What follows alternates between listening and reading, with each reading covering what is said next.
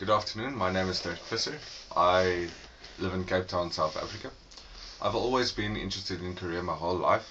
Since I started studying the Korean War a couple of years back, I see it as the Third World War, since it was a massive war and many countries of the world participated. And something impressive which came from the war is South Korea is the 15th largest economy in the world, and I think that is very impressive, especially the devastation the country experienced. Therefore, English is important. It's an important language in the global economy, and I think it's important to be able to give people the opportunity to learn English, to participate in the global economy and travel the world more effectively. Therefore, I think I would enjoy to live in South Korea, to teach English, and also it will be a great place to further my studies of the Korean War. My teaching philosophy mainly evolves around participation. I think you cannot learn a language through parrot fashion. I mean, you cannot paraphrase out of a book. It doesn't work like that. You have to be interactive with the language every day. You have to be faced with it every day.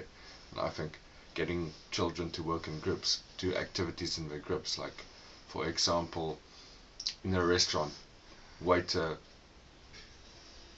and a client speaking to each other. It's like simple activities like that, so that they can just practice their English in a practical atmosphere.